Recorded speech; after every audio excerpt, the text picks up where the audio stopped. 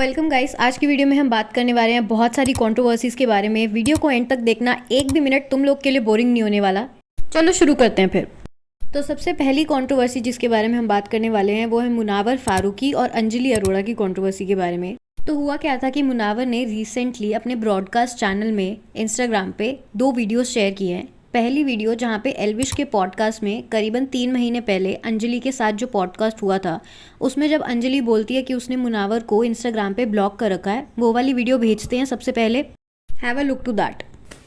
Last block कब करा था किसको?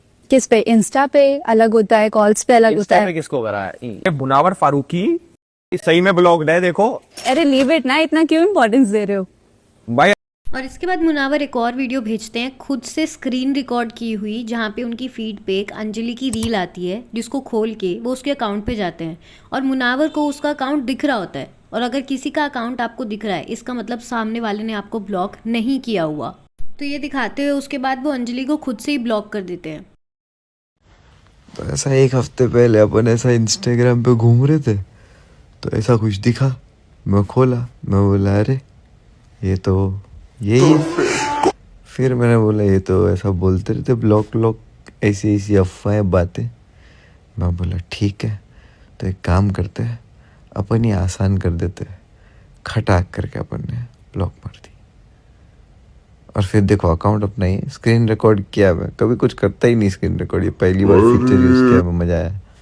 तो स्क्रीन रिकॉर्ड किया, ये अपना ही फ़ोन है, अपना अकाउंट भी मैंने वापस खोला, फिर फ़ोन पे बैक भी किया, फिर स्क्रीन रिकॉर्ड।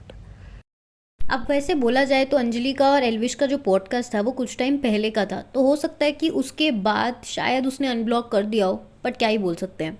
अब जिन भी लोगों को मुनावर और अंजलि अरोड़ा की कंट्रोवर्सी के बारे में कुछ भी नहीं पता, तो एक सीज़न आता था लॉकअप, जो ओल्ड बालाजी और एमएक्स प्लेयर पे आता था 2022 में, जिसके अंदर मुनावर भी गया था और अंजलि भी गई थी।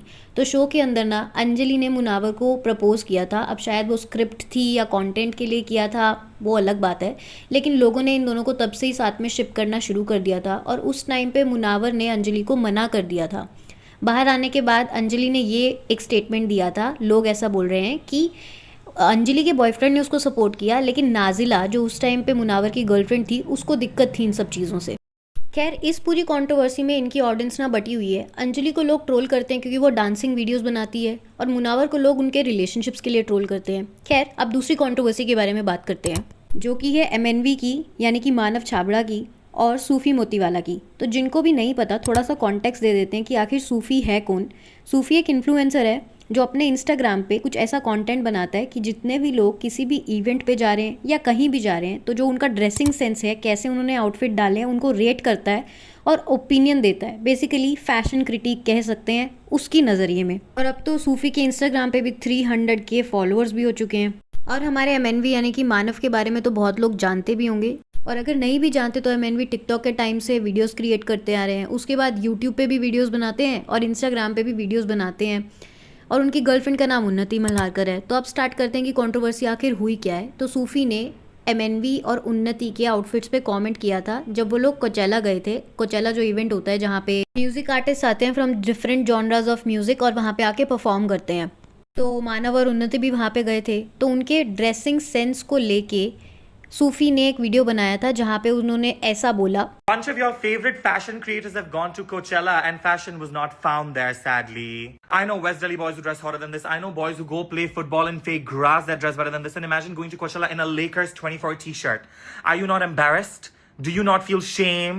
Do you not feel any kind of like, oh my god, I look out of place? 0 out of 10. Woman, I have a bone to pick with you. You mean that Heineken spent lakhs to get you there to Coachella and you showed up in an H&M blue jean and a black top that I wouldn't even pay 100 rupees for?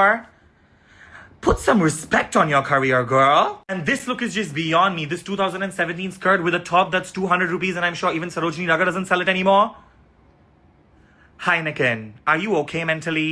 अब इस video के बाद एमएनवी ने कुछ ऐसा comment किया। Starting इससे करते हैं कि this person is so pissed and jealous कि कोई भी ब्रांड्स आपके साथ एसोसिएट नहीं करना चाहता, ना ही इनवाइट करना चाहता है। और एंडिंग में मानव बोलते हैं कि please for God sake fashion के बारे में बात करना छोड़ दो। हमने भी देखा है कि आप जब फैशन इवेंट्स पे जाते हैं तो कैसे लगते हैं, और रिव्यू उनके बारे में करो जो बेसिकली तुम्हें पैसे देता है। उसके बाद जो सूफी हैं वो भी अपने इंस्टाग्राम पे स्टोरी लगाते हैं और बोलते हैं कि the amount of grammar mistakes #illiterate उसके बाद एंड में लिखते हैं कि मुझे चैट जीपीटी का इस्तेमाल करना पड़ा जो इतना बुरा बुरा तुमने लिखा है उसको समझने के लिए। और इस पे ऑडियंस एमएनवी को सपोर्ट कर रही है ये बोल के कि अच्छी बात है, किसी ना किसी को तो कॉल आउट करना ही था सूफी को, आपने किया, वेरी गुड। तो अब बात करते हैं नेहा कक्कड़, सोनू कक्कड़ और टोनी कक्कड़ यानी कि कक्कड़ सिबलिंग्स की कंट्रोवर्सी के बारे में। तो अब हुआ क्या ना, हाल ही में सोनू कक्कड़ ने ट्विटर पे और इंस्टाग्राम पे भी एक स्टोरी डाली थी जहाँ पे उन्होंने ये लिखा, deeply devastated to inform you all that I am no longer a sister of the two talented superstars Tony Kakkar and Neha Kakkar. This decision of mind comes from a place of deep emotional pain and I am truly disheartened today. तो भैया तीनों भाई बहनों में सबसे बड़ी बहन है सोनू कक्कड़ और सबसे पहले उन्होंने ही अपना म्यूजिक करियर शुरू किया था मुंबई आके, और गाना बाबूजी ज़रा धीरे चलो फ्रॉम द मूवी दम जो 2002 में रिलीज हुई थी वो काफ़ी ज़्यादा फेमस हुआ था, जिनके बाद से इनको पॉपुलैरिटी मिली थी और भी गाने के ऑफर मिलने लगे। इनके बाद नेहा कक्कड़ और टोनी कक्कड़ ने भी यही करियर अपनाया और शुरुआत की अपने म्यूजिक करियर की। उसके बाद इंडियन आइडल के ऑडिशन में नेहा कक्कड़ को सबने देखा ही होगा, लेकिन वहाँ पे उनकी जर्नी लंबी नहीं चली और नेहा कक्कड़ और टोनी कक्कड़ म्यूजिक एल्बम्स निकालने लगे, जिसके बाद नेहा काफ़ी ज़्यादा फेमस हो गई तीनों भाई बहनों में। और इस कंट्रोवर्सी के बाद लोगों ने ये तक बोलना शुरू कर दिया कि नेहा के ज़्यादातर कोलैबोरेटिव सॉन्ग्स टोनी कक्कड़ के साथ ही आए हैं, सोनू कक्कड़ के साथ आए ही नहीं। और अगर बात करें इनके फैमिली बैकग्राउंड की तो लोगों को पता ही है कि ये लोग पहले जगरातों में भजन गाया करते थे और इनके जो फादर थे वो स्कूल और कॉलेजेस के बाहर समोसे बेचने का काम करते थे रेडी पे। और इन सब कंट्रोवर्सी के चलते हुए नेहा कक्कड़ ने टोनी कक्कड़ के लिए एक टैटू भी बनवाया है जिस पर लोग अब नेहा कक्कड़ को ट्रोल कर रहे हैं। अब हम बात करते हैं फेमस क्रिकेटर युजवेंद्र चाहल की। तो अभी अभी उन्होंने अपने इंस्टाग्राम पे एक स्टोरी डाली थी रेड रोजेस के साथ, जिस पे लोगों ने ये बोलना शुरू कर दिया है कि ये आरजे महावश ने या तो भेजे हैं या उनके लिए हैं। अब सब लोग को पता ही है कि धनश्री और युजवेंद्र का डाइवोर्स हुआ था कुछ टाइम पहले, तो तब लोगों ने धनश्री को बहुत ज़्यादा नेक्स्ट लेवल ट्रोल किया था। अभी वही लोग युजवेंद्र को ट्रोल करने लग गए हैं कि इतनी जल्दी मूव ऑन कैसे, क्योंकि बहुत बार आरजे महावश और युजवेंद्र को साथ में लोगों ने सपोर्ट भी किया है और मोस्टली लोगों की साथ में इंस्टा स्टोरीज देख के लोगों को लगता भी है कि दोनों एक दूसरे को डेट कर रहे हैं। और युजवेंद्र की जब ये वाली स्टोरी वायरल चली गई रोजेस के साथ तो उन्होंने ये स्टोरी कुछ टाइम के बाद अपने आप डिलीट कर दी थी। और अपने और युजवेंद्र के रिलेशनशिप स्टेटस को लेके आरजे महावश एक स्टोरी भी अपलोड कर चुकी थी कुछ टाइम पहले, जहाँ पे उन्होंने ये लिखा था कि इट्स फनी टू सी कि कैसे कैसे र्यूमर्स पे लोग आसानी से बिलीव कर लेते हैं जबकि कितने बेसलेस होते हैं ये सब र्यूमर्स। और अब बात करेंगे एक ऐसी एजुकेशनल कंट्रोवर्सी की, यानी कि यूएस और चाइना के बीच की जो कंट्रोवर्सी है। हाल ही में एक जो व्हाइट हाउस की सेक्रेटरी हैं उन्होंने ये बोला था कि we should boycott Chinese goods, जिस पे चाइना के मैन्युफैक्चरर्स ने ये बोलना शुरू कर दिया कि यूएस की कितनी बड़ी बड़ी कंपनीज जो अपने प्रोडक्ट्स चाइना में मैन्युफैक्चर करवा के बेचते हैं बाहर देशों में, और जितने का वो मैन्युफैक्चर होता है उससे डबल ट्रिपल कॉस्ट में बाहर सेल करते हैं। अब इन सब कंट्रोवर्सीज पे आपके क्या ओपिनियन है? Do comment and like the video and subscribe the channel for more gossips.